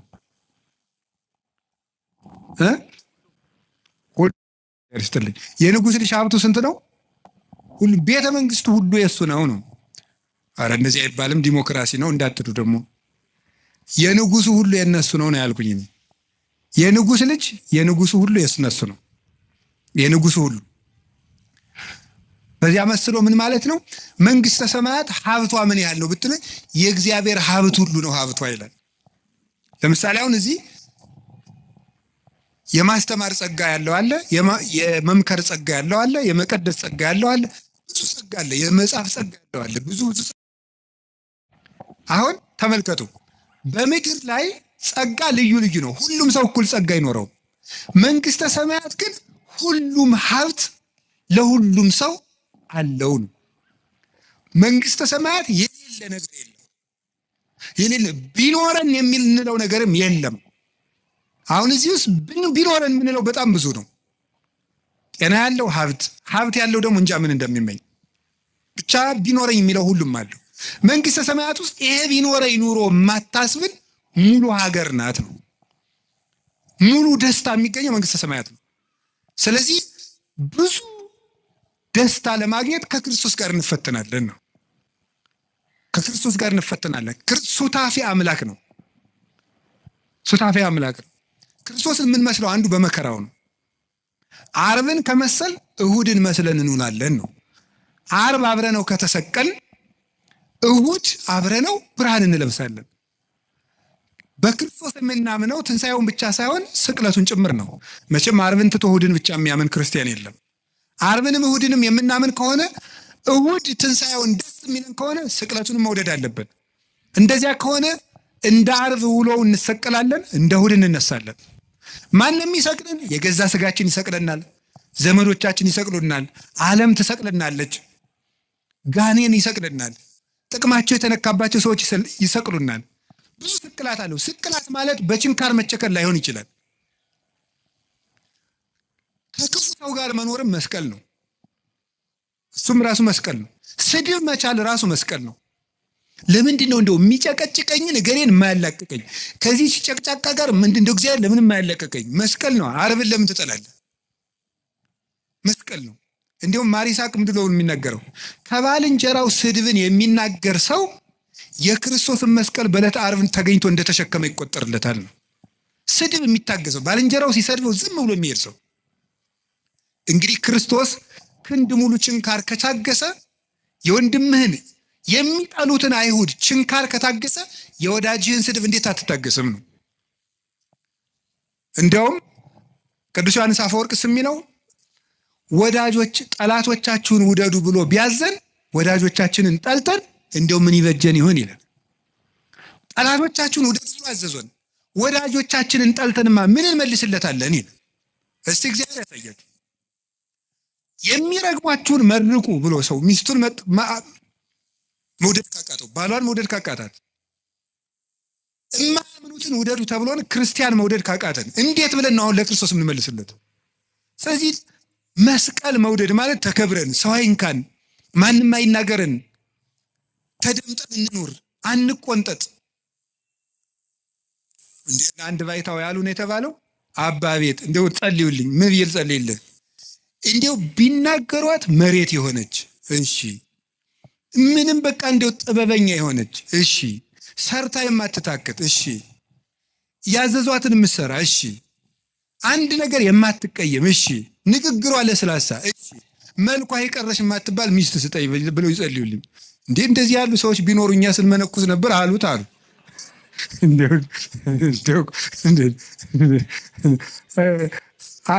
እንደዚህ አሉት ይባላል። እንዴ እኮ ይገርማል እኮ።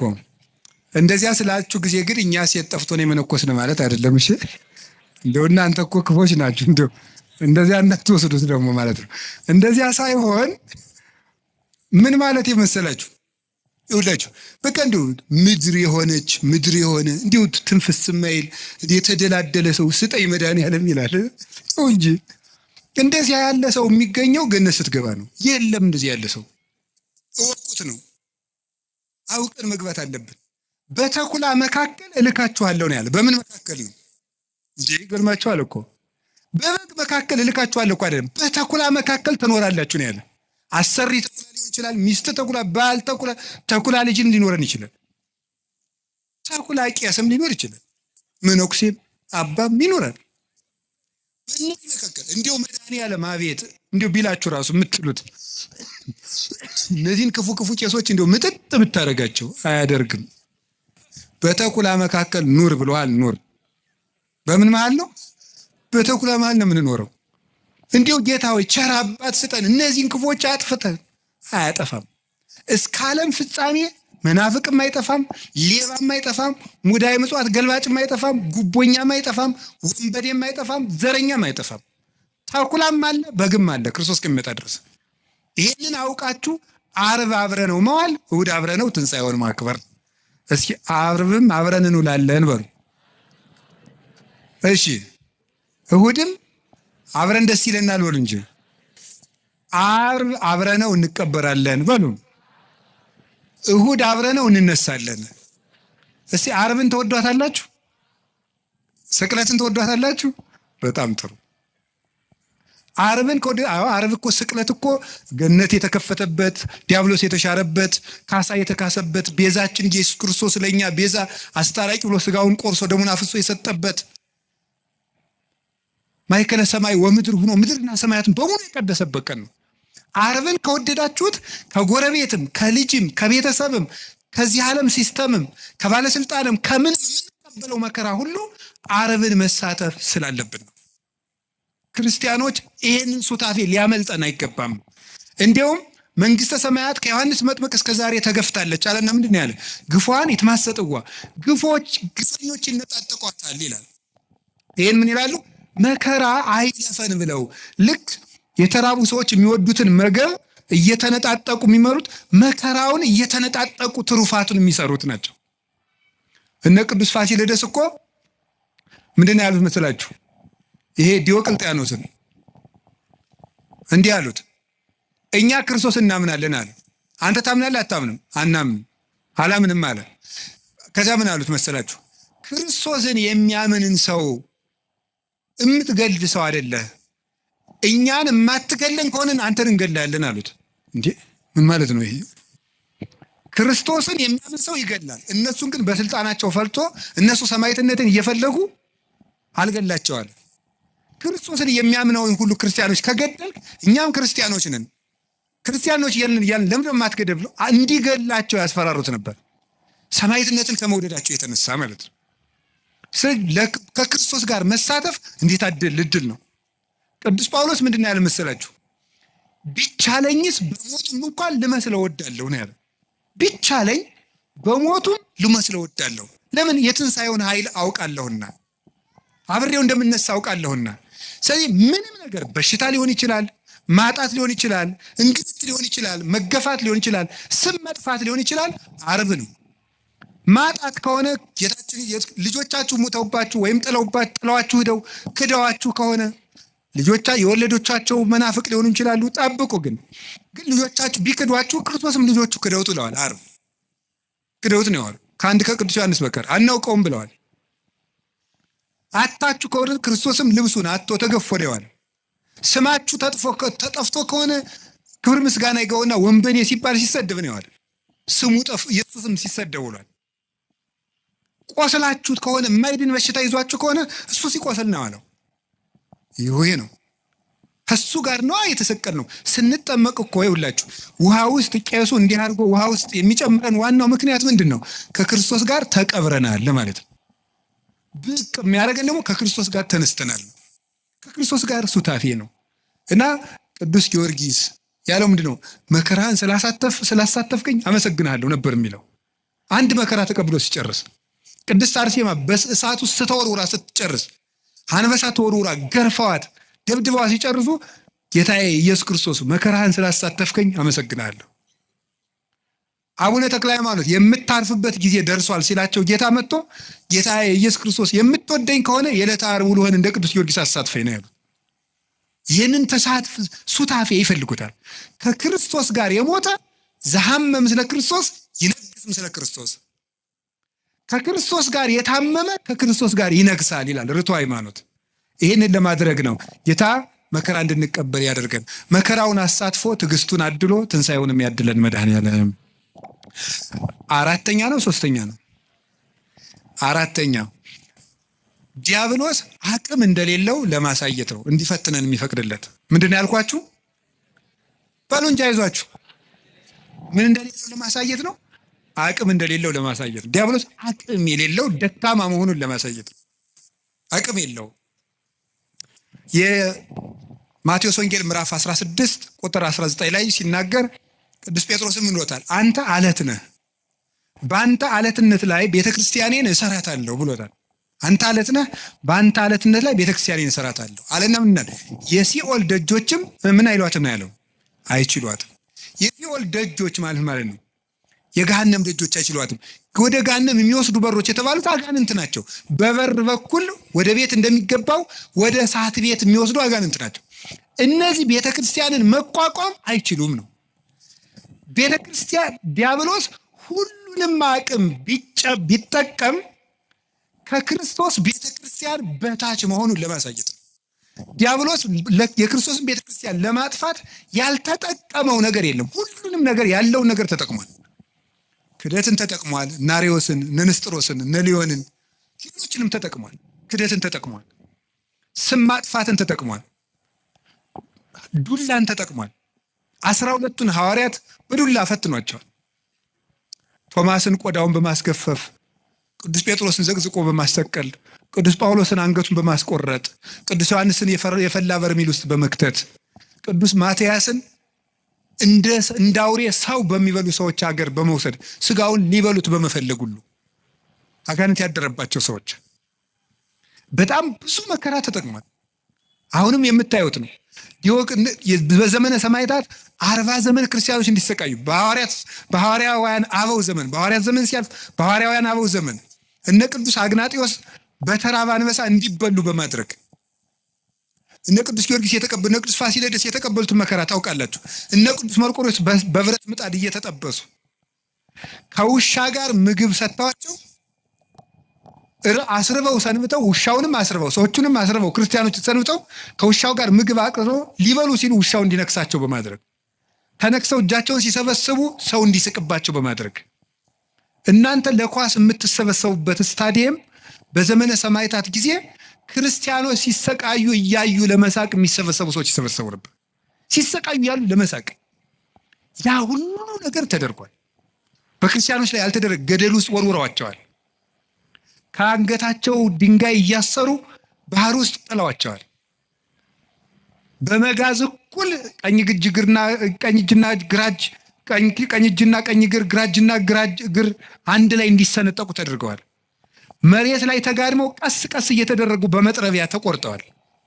እነ ቅዱስ ቶማስ ዘመራስ ደግሞ 22 ዓመት ይችን ቆርጠው አንድ ቀን ቆርጠው ወስደው ያጤሳሉ። አንድ ቀን መሞት እኮ መታደል ነው። የቀረችውን ቆርጠው ደግሞ 22 ዓመት እየቆረጡ ሰውነቱን ለጣዖት አጢሰውታል። ይሄን ሁሉ ተጠቅሟል ቤተክርስቲያን ላይ። በዘመነ ሰማዕታት ይህ ሁሉ አለፈ። አባቶቻችን ስም በማጥፋት የጳጳሳትን ስም በማጥፋት የሊቃውንትን ስም በማጥፋት ለምሳሌ ቅዱስ አትናቴዎስን ሰውን እጁን ቆርጧል ብለውታል። ቅዱስ ቄርሎስን ሰው አስገድሏል ብለውታል። ቅዱስ ጢሞቴዎስን አንዲት ሴተኛ ዳሪ የሐሰት ምስክር አምጥተው ወልዶብኛል እንድትል አድርገዋል። ከኔ ወልዷል ብላ እንድትመሰክር ሳታውቀው እኮ ነው።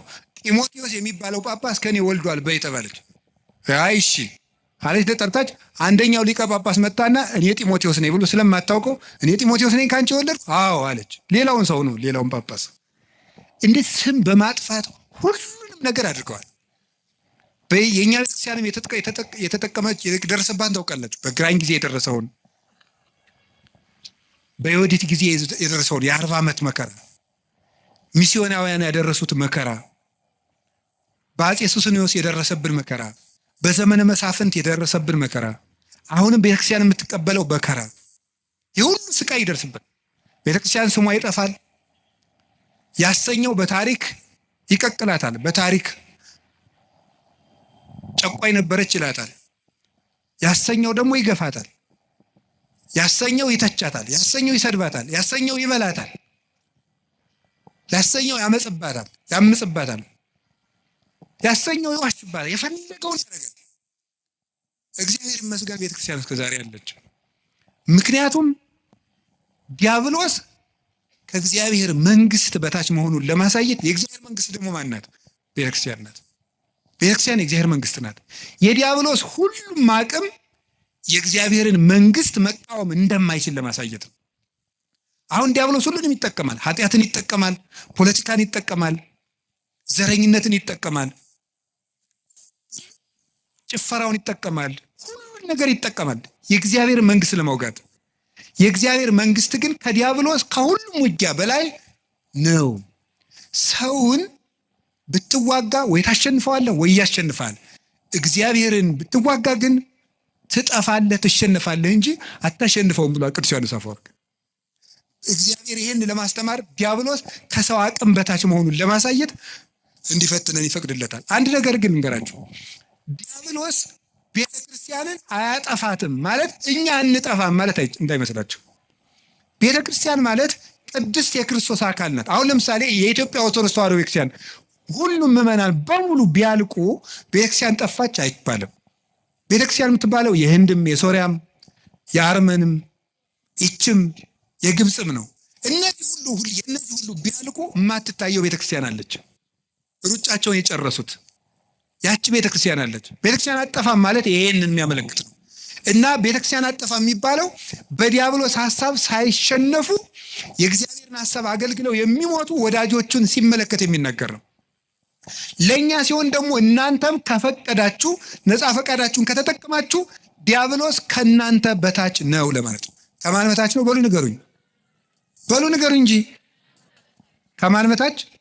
ከዲያብሎስ በታች ነው። ከዲያብሎስ በታች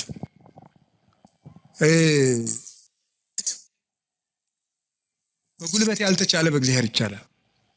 ዲያብሎስ አሁን ዛሬ በጣም እኔ የገረመኝ በዚህ ዘመን የሚመጡ ሰዎች አንዳንዶቹ ምን ያደርጋሉ መሰላችሁ? ሁልጊዜ በቃ ሰይጣንን እንደማንችለው ያወሩናል። ሰይጣንን በቃ አንችለውም፣ በሆነ ታምራት ካልሆነ ሰይጣን እንዳይችል። ሰይጣን ከማንም ክርስቲያን በታች ነው። በሉ በሞት ይበሉላችሁ። ሰይጣን በሉ ከማንም ክርስቲያን በታች ምንድን ነው? በቃ እናንተ ሁላችሁም ክርስቲያኖች በሙሉ ምዕመናን በሙሉ ዲያብሎስን የማሸነፍ ስልጣን አለን። ፊልጵስዩስ ምዕራፍ 4 ቁጥር 6 ላይ ኩሎ እክል በዘውእቱ አክህለኒ ክርስቶስ፣ ኃይልን በሚሰጠኝ በክርስቶስ ሁሉን እችላለሁ። እስኪ በሉ ኃይልን በሚሰጠኝ በሉ በክርስቶስ በማን? በክርስቶስ ሁሉን እችላለሁ። ሁሉ ካለ ዘያምን ለሚያምን ሁሉ ይቻላል፣ የሚሳናችሁ ምንም የለም ብሎናል እኮ ክርስቶስ። የሚሳናችሁ ምንም የለም። ማንኛውም ክርስቲያን አማትቦ ጸልዮ ዲያብሎስን ማሸነፍ ይችላል። ግን አንድ ነገር ልንገራችሁ፣ በጸሎት የብዛት ዲያብሎስን አሸንፈዋለሁ ማለት ቀልድ ነው እንዴ? ምን ማለት ነው? ምን ማለት እንዴ? ጸሎት ሰይጣንን አያሸንፍም እያልክ ነው? አላልኩም። ሰይጣንን የሚያሸንፍልን እግዚአብሔር እንጂ ጸሎታችን አይደለም። ገብቷችኋል? የምንጸልየው ከእግዚአብሔር ጋር ለመሆን ነው እንጂ ዲያብሎስን ለመዋጋት አይደለም። አሁን ግልጽ ሆኖላችኋል? በገዳም መነኮሳት እንደመነኮሱ ገዳም እንደገቡ ምን ይሆናል መሰላችሁ? ወዲያው እንደመነኮሱ አካባቢ እንሽላሊት ምናምን እየመጣ ያስፈራራቸዋል። በጣም ክፉ ነው። እንሽላሊቱ እያለ ሁሉ ያስፈራራቸዋል። እንዲሁ ምንኩስና አሁን እንደዚህ መሽለምለም እንዳይመስላችሁ ቢጫ አድርጎ እንደገባ ነው ስቃይ። አሁን ከፈለገ ምን ያደርገው? እንሽላሊቱን ሲጸልይ ፊት ለፊቱ እንሽላሊት ይመጣል። ከዛ ሲበላ ደግሞ የቅድሙን እንሽላሊት ነው እኮ የምትበላ ይለዋል ሰይጣን። ጦሙን እንዲሁ ስለሚፈልግ ማለት ነው ይዋጋዋል። እና ጀማሪ መነኩሴ ያልገባው ፈሊጥ ያላወቀው ምን ይላል መሰላችሁ? እንሽላሊቱ ማታ ሲመጣ ምንድን ያደርገው? ፍካሬ ዘጻድቃን ወዘኃጥአን መዝሙር ዘዳዊት ሃሌሉያ ሲል እንሽላሊቱ አላለቀም፣ አልሄድም አለ። ዞር ብሎ ያየዋል ደግሞ አለ ነው 150 ነው የምዘልቀው ዛሬ ሰብህ ወለእግዚአብሔር በቅዱሳን ነው አልሄድም። በቃ እንደዚያ እያደረገ አይደል ነው። አሁን ደግሞ እንታያለን በስግደት ደግሞ 300 ሲሰግድ አለ። ለምንድን ነው የማይሸሸው ሲባል ይሄ ሰውዬ በሐሳቡ በምኑ ነው አሸንፈዋለሁ ብሎ የሚያስበው? በጸሎት በእግዚአብሔር ቸርነት ቢል ግን አንድ አቡነ ዘበሰማያት እንዳለ ይጠፋል። ስለዚህ ክርስቶስ ተኮር ክርስትና እንጂ ሰይጣን ተኮር ክርስትና የለም። ገባችሁ? ክርስቶስን ለማግኘት ጸልዩ እንጂ ሰይጣንን ለማሸነፍ እያላችሁ አትጸልዩ። አንድ አባት ያል ተናግረዋል። አንድ የበረሃ አባት ሰይጣንን እያሰብክ የምትጸልይ ከሆነ አታሸንፈውም፣ በጉልበት አትሸንፈውም። እንዲሁም ምን ብሎ ይናገር 20ኛው ክፍለ ዘመን ላይ የጻፈ አባት ነው እና ምን ብሎ ይናገር መስላችሁ? አንተ ጥይት ብትተኩስ እሱ ኒውክሊየር ይተኩሳል ይላል። ከ50 ዓመት በፊት የተጻፈ መጽሐፍ ነው። ሰይጣንን ለማሸነፍ አንተ ጥይት ተኩስ ኒውክሊየር ተኩሳል። ለምን? የ7000 ዓመት የውጊያ ልምድ ያለው ጀግና ነው እሱ። አይሆንልህም። ሰይጣንን በጉልበት አሸንፉ። በቀን 400 ሰግዳለሁ ሰይጣንን እቀጠቅጠዋል ይላል አንዳንዱ። ወረጣው 4 ሚሊዮን አድርገው አትቀጠቅጠው። ስግደት ቀንሶ አላልኩም፣ ስንፍናም አላስተማርኩም። በደንብ እንድትሰሙኝ ስለምፈልግ ግን በስግደታችን ብዛት በጸሎታችን ብዛት እናሸንፋለን ማለት ትዕቢት ነው። የሚያሸንፈው ማን ነው? ንገሩን። እግዚአብሔር ነው የሚያሸንፈው። እኔ ምክሉ ቅዱስ እንጦንስን እኮ መጡ።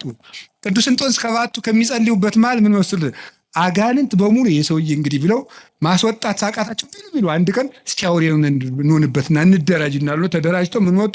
አንተ እባቡን፣ አንተ ደግሞ አይጥውን፣ አንተ ደግሞ እንዲስቅ የሆነ አንድ ይገርማል እኮ አባ ፓምቦ የሚባለው ሰይጣን ራሱ ለመፈተን አባ ፓምቦ የሚባለውን አባት ለመፈተን ሰይጣን ምናል በጣም ብዙ ሺህ አጋንንት አልስቅም ብሎ አርምሞ የያዘ አባት ነው። በጣም ብዙ ሺህ አጋንንት አንድ ብርሌ ማንሳት አቅቷቸው ያሳዩታል እንዲስቅ ማለት ነው። እሱ ግን መሳቁን ትቶም እንዳለ ታውቃላችሁ። ይሄ የሚያሳየው አቅመ ቢስነታችሁን ነው አላቸው። እንኳን ሊስቅ ማለት ነው። ሰይጣን በማሳቅም በምን ስልቱ ብዙ ነው። ወደ እንጦንስ ሲመጡ ዘንዶ ሆኖ ይመጣል፣ እንደ እባብ የሚያፏጫል። አስባችሁታል ምዕመናን? ዘንዶ ቢመጣባችሁ ዘንዶ ብዙ ሲሆን ከዛ ደግሞ እባብ ቢመጣ ከዛ ደግሞ ጊንጥ ቢመጣ እንደገና ነብር ቢመጣ እንደገና አንበሳ ቢመጣ እንደገና ጅብ ቢመጣ አይጥም ቢመጣ እኔ ራሱ አይጥ ራሱ አሁን ሌሊታውን አይጥ መጣ ደህና ናችሁ ብትል አታስፈራም? ያ ሁሉ እንደ ሰው እየተነጋገረ እያፏጭ መጣ። እንዴ እኮ ይገርማል እኮ። ምንድን ነው ያላቸው? ይሄ የሚያሳየው አቅም እንደሌላችሁ ነው አለሱ። አቅም ቢኖራችሁ ኑሮ ለእኔ እኮ አንዱ ጅብ ይበቃኛል አላቸው። አቅም ስለሌላችሁ ግን ብዙ ናችሁ መጣችሁ። ይሄ አቅም የላችሁም፣ ግን እኔ አቅም የለኝም ክርስቶስ ይዋጋችሁ እንጂ ሲላቸው ሁሉም ብትን ብለው ጠፉ። ክርስቶስ ይዋጋችሁ እኔ አቅም የሌለኝ ሰው ነኝ በማለቱ ማለት ነው። ስለዚህ እግዚአብሔር ይርዳን ነው እንጂ ተመስገን። እኔ እንደው አንዳንድ ደጋግ ምዕመናን ራሱ ሳገኛቸው ተመስገን ይኸው 5 ዓመቴ ነው መቁጠሪያ ቆጥራለሁ፣ አብይ ጾም ጾማለሁ፣ ሰይጣንን እየቀጠቀጥኩት ነው። እሱ ነው እየቀጠቀጠ ያለ ጌታ።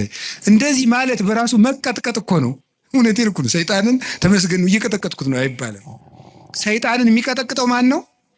ምን አለ? እግዚአብሔር አምላከ ሰላም ይቀጥቅጦ ለሰላም ታይተ እገሪክሙ። የሰላም አምላክ እግዚአብሔር ሰይጣንን ከእግራችሁ በታች ይቀጥቅጠው ብሏል። ሮሜ 16 ላይ ዲያብሎስን በጉልበታችን አናሸንፈው፣ በእግዚአብሔር ቸርነት ግን እናሸንፈዋለን። ስለዚህ ዲያብሎስ ከኛ አቅም በታች ነው፣ በእግዚአብሔር ቸርነት እችላለሁ በሉ። እንትን ካልሄድኩ ሰይጣን አይወጣም፣ እንትን ካልሄድኩ እንትን ሰይጣን አይወጣም እያላችሁ እንደዚህ አትበሉ። ዲያብሎስን ዓለምን የሚያሸንፈው እምነታችንና ከክርስቶስ ጋር መኖራችን ነው። ጌታችን ኢየሱስ ክርስቶስ እውነተኛ ብርሃን ነው። ዲያብሎስ ደግሞ ጨለማ ነው። ብርሃን ደግሞ ጨለማ ባለበት አይኖርም። ወደ ብርሃን ፊታችንን እንዙር። ዲያብሎስ በእኛ ላይ አቅም የለውም እና እጃችሁን አትስጡ። ማንም ሊጫወትባችሁ አይገባም። ይሄ ጠንቋዩ ሁላ እየመጣ እየሮጠ በእውነቱ ሰይጣን ማን ትባላለህ? ሰይፉ ጨንገር የት ነው ያስካት?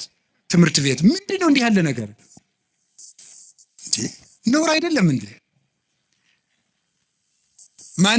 ማነው የደገመባት? ያክስቷ ልጅ እንዴ? ይሄ ነውር አይደለም? እግዚአብሔር እስቲ ጠብ የሚዘራ ታምር ያደርጋል? እስቲ ንገሩኝ በሞቴ ሌላውን ንገሩኝና እግዚአብሔር ሰው እንዲጣላ ይፈልጋል? አሁን አጋንንት በሚለፈልፉበት ስንት ሰው ተጣልቷል። በሞት እየተፈላለገ ነው ያለ። እገሌ ደግሞ ብኝ ነው ሀብት ያሳካልኛል፣ እገሌ ደግሞ ብኝ ነው ትምህርት ሳይሳካ ይቀር እየተባለ። እግዚአብሔር እኮ የፍቅር አምላክ ነው። አጋንንትን ሲያወጣ ዝም ብሎ ያወጣቸዋል። የእግዚአብሔር ታምር ሌላ ችግር ፈጥሮ አይሄድም። ትክክል አይደለም። ስለዚህ የእግዚአብሔር ቤተሰቦች አጋንንትን የምንዋጋው ከእግዚአብሔር ጋር በመሆን ነው። ከማን ጋር ነው? ከእግዚአብሔር ጋር የምንሆነው ምንድን ነው? የማቴዎስ ወንጌል ምዕራፍ 28 ቁጥር 19 ላይ አነ ይሄሉ ምስሌክሙ እስከ ልቀት ዓለም፣ እኔ እስከ ዓለም ፍጻሜ ከእናንተ ጋር ነኝ ብሏል። ለማን ያላቸው? ለሐዋርያት በሉ። ለማን? እኔ እስከ ዓለም ፍጻሜ ከማን ጋር ነኝ? ሐዋርያት ዛሬ አሉ፣ በስጋ አሉ፣ በእናንተ ቤተ ክርስቲያን እኖራለሁ እያላቸው ነው። ስለዚህ ከእግዚአብሔር ጋር ለመኖር ቤተ ክርስቲያን ውስጥ አትጥፉ። እንዲያውም ንገራችሁ እንዲያው ሰይጣን የሚያስለቅቅ ጸበል የትኛው ነው? የዮሐንስ መጥምቅ ይሻላል። አቡነ ተክለ ሃይማኖት ጥሩ ናቸው አሉ። የሚካኤል ነው ጥሩ። የትኛውም ቤተ ክርስቲያን ውስጥ አጋንንት ይሸነፋል። እስኪ በሉ የትኛውም በሉ። ቤተ ክርስቲያን ውስጥ ማን ይሸንፋል? አጋንንት ይሸነፋል። ከቤተ ክርስቲያን ጋር ህብረት ይኖራችሁ። ሚካኤል ከሆነ ደብራችሁ ሚካኤል ጋር ህብረት፣ እዚያው ሁሉ፣ እዚያው ክርስቶስ አለ። ገብርኤል ከሆነ እዚያው ህብረታችሁ፣ እዚያው ህብረታችሁ ውስጥ አትነጠሉ። የክርስቶስ ሕዋስ መሆናችንን ጠብቁ። ክርስቲያን የክርስቶስ ሕዋስ ነው። ሕዋሱ የሚበሰብሰው ከአካሉ ተቆርጦ ሲጣል ነው። ካልተቆረጥን እኛን የሚነካን የለም። ሕዋሱ ቤተ ክርስቲያን አካሉ ናት። ክርስቶስ ራስ ነው። እኛ ደግሞ ይህች ጣት ናት። ይህችን ጣት ምስጥ የሚበላት ተቆርጣ ስትወድቅ ነው። ከአካሏ ጋር ከኖረች የሚነካት የለም። ቤተ ክርስቲያን የክርስቶስ አካል ናት። ከቤተ ክርስቲያን ጋር ህብረት ካለን ዲያብሎስ እኛን መንጠቅ አይችልም። እግዚአብሔር ከሁላችን ጋር ይሁን። የመጨረሻው አምስተኛው እግዚአብሔር ለምን ሰይጣን እንዲፈትነን ይፈቅድለታል? አምስተኛው ከፈተናው ስለምናተርፍ ነው። እስኪ በሉ ድገሙ። ስለምናተርፍ ወይም ደግሞ ምን ስለምናገኝበት ይመስላችኋል? ጸጋ ስለምናገኝበት ማለት ነው። ጸጋ ስለምናገኝበት አንድ ሁለት ነገሮችን ልጠቁምና ልጨርስ እዚሁ ሀሳብ ላይ። ለምሳሌ እግዚአብሔር ዲያብሎስ ኢዮብን ልፈትነው ሲለው ምን አደረገው? ፈቀደለት? ከለከለው? በል ንገሩኝ እንጂ። ፈቀደለት። ምኑ ፈተነው? ገንዘቡን ጨረሰበት። ከዛ ቀጥሎ ምኑን ጨረሰበት? ልጆቹን ጨረሰበት። ከዛ ቀጥሎ ምኑን? አካሉን። ሶስቱንም ነው ያጣ። ገንዘቡንም አጣ። ሰው እኮ ገንዘብ ቢያጣ ልጆቹ ሰርተው ይሰጡታል። ልጅ ቢያጣ ራሱ ሰርቶ ይበላል። ኢዮብ ሶስቱንም ነው ያጣ። ልጅም አጣ፣ ገንዘብም አጣ፣ ገንዘብ የሚያመጣ ልጅም አጣ፣ ሰርቶ የሚኖርበት ጉልበትም አጣ። ሶስቱንም አጣ። ዲያብሎስ ያን ሁሉ ሲነሳው እግዚአብሔር ዝም አለ። መጨረሻ ላይ ግን ከ7 ዓመት ፈተና በኋላ እግዚአብሔር እጥፍ ልጅ እጥፍ ከብት እድሜም ጨምሮ ሰጠው ይላል።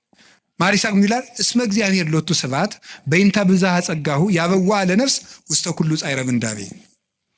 እግዚአብሔር ክብር ምስጋና ይግባውና ለነፍስ ስለሚሰጣት ብዙ ጸጋ ሲባል ሰውነትን ወደ ብዙ መከራ እንዲገባ ያደርጋል ይላል።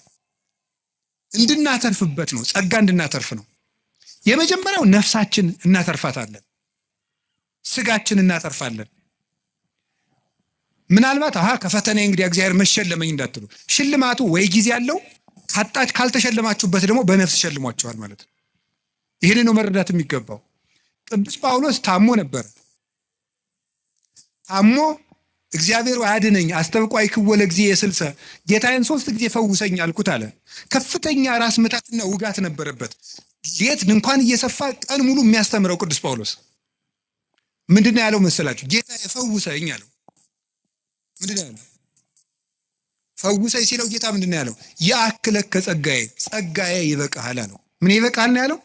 ጸጋዬ ይበቃል። የሰጠው ጸጋ ብዙ ነው አለው። ይሄንን ወስዶ ቅዱስ ባስልዮስ ዘቂሳርያ ምን አለ? ድዊው ጳውሎስ ድውያንን ይፈውሳል ይላል። ምኑ ጳውሎስ? ድዊው ጳውሎስ ህመም አለው። ግን ቅዱስ ጳውሎስ ራሱን ማዳን ሳይችል ይታመማል። ግን የጨርቁ ጫፍ ተቆርጦ ሲሄድ ሞት ይፈራዋል። የቅዱስ ጳውሎስን ልብሱን እኮ ሞት ይፈራዋል። ከጨርቁ ጫፍ ተቆርጦ ሄዶ ከሞተ ሰው ላይ ሲጣል ሙት ይቀሰቀስ ነበረ። ሞትን የሚሽር ስልጣን ያገኘው ታሞ ነው። መታመም ጸጋ ያሰጣል። ስለዚህ እግዚአብሔር ለምንድን ነው ሁሉ መከራ የሚያደርገው ሲባል እንድናተርፍበት ነው። እንድናተርፍ ስለሚፈልግ እግዚአብሔር ሰይጣን ሲፈትነ ዝም ይለዋል። ባኮቴት በምስጋና በትዕግስት ከተቀበልነው ሁሉም ነገር ለትርፍ ነው። መንግስተ ሰማያትን እናተርፍበታለን። ደስታን እናተርፍበታለን። ኦርቶዶክሳዊነት ማለት መከራ ውስጥ ገብቶ ደስታን ማግኘት ነው። ክርስቲያን ሆናችሁ ደስታን ማንም እንዳይነጥቃችሁ የምትፈልጉ ከሆነ ሁልጊዜ ስታዝኑ ነው የምትኖሩት። ክርስቲያንነት ማለት ዓለም የማይደሰትበትን ነገር መርጦ የማይነጥፍ ደስታ ውስጥ መግባት ነው። ያ የማይነጥፍ ደስታ ክርስቶስ ነው። እንዲህ አላቸው ሐዋርያትን፣ ወለፍስሐክሙ ያልወዘ ያይደክሙ፣ ደስታችሁን የሚወስድባችሁ የለም አላቸው። ደስታችሁን የሚወስድባችሁ የለም አላቸው። ከዛ ዓይናቸው እንደሆነ አውጥተዋቸዋል፣ እጃቸውን ቆርጠዋቸዋል፣ ገርፈዋቸዋል፣ ከምኩራብ አውጥተዋቸዋል፣ የፈላ እሳት ውስጥ ጥለዋቸዋል፣ ወርውረዋቸዋል፣ ደብድበዋቸዋል፣ ከበሬ ጅራት ቋጥረው ጎትተዋቸዋል። እንደዚያ ከሆነ ደስታችሁን የሚወስድባችሁ የለም የሚላቸው ለምንድን ነው? ደስታቸው ማን ስለነበረ ነው? እኔን የሚወስድባችሁ የለም ነው። በልብስ ልደሰት ብትል ልብስን ወይ ሰዎች ይወስዱታል፣ ወይም የተሻለ ልብስ አሰፍተው የሚመጡ ሰዎች ያስቀኑና በአንተ ልብስ መደሰት ታቆማለህ። በጤና ብትደሰት ሲያምህ ይከፋል። በመልክ ብትደሰት ስታረጅ ይከፋል። በሚስታችሁ ብትደሰቱ ስትሞት ይከፋችኋል። በባል ብትደሰቱ ሲሞት ይከፋል። ቅዱስ ጎርጎርዮስ እንደተናገረ በሀብት ብትደሰቱ ስታጡ ትከፋላችሁ። በሹመት ብትደሰቱ ስትሻሩ ይከፋችኋል። በክርስቶስ ብትደሰቱ ግን ማንም አይወስድባችሁ። እሱን ማን ይነጥቀናል? ሁሉ ይወሰዳል። የማይወሰድ ሀብት ክርስቶስ ነው። ስለዚህ ቅዱስ ጳውሎስ ምን አለ? እላችኋለሁ በክርስቶስ ደስ ይበላችሁ አለ። እላችኋለሁ በማን ደስ ይበላችሁ አለ? ደግሜ እላችኋለሁ በክርስቶስ ደስ ይበላችሁ አለ። ሁልጊዜ በጌታ ደስ ይበላችሁ አለ። ለምንድን ነው ሁልጊዜ በጌታ ደስ ይበላችሁ? አሁን ምግብ ሁልጊዜ ማስደሰት ይችላል? እስኪ አሁን ጧት የበላነው ምግብ ማታ እንደገናም ጧት አያስደስትም። አንድ ልብስ እኮ እንደውም ጥሩ ልብስ የሚያስደስተው አልፈን ስለምንለብሰው። ሁሉ ነገር ሁልጊዜ አያስደስትም። አንድ ቀን ቢያስደስት፣ ክርስቶስ ግን ሁልጊዜ ደስታችን ነው። ይሄን ደስታ ለማግኘት የማያልቅ ደስታ ለማግኘት ጥቂት ደስታዎቻችን እንድናጣ ይፈቅዳል ክርስቶስ። የማይነጥፈው ደስታችን መድኃኔ ዓለም ነው። የልቡናችን ደስታ፣ የነፍሳችን ረሃብ፣ ጥጋባችን፣ የልቡናችን ዘውድ፣ የሰውነታችን ትምክት እርሱ ክርስቶስ ነው። ሁልጊዜ በክርስቶስ ደስ ይበላችሁ። ወስብሐት ለእግዚአብሔር።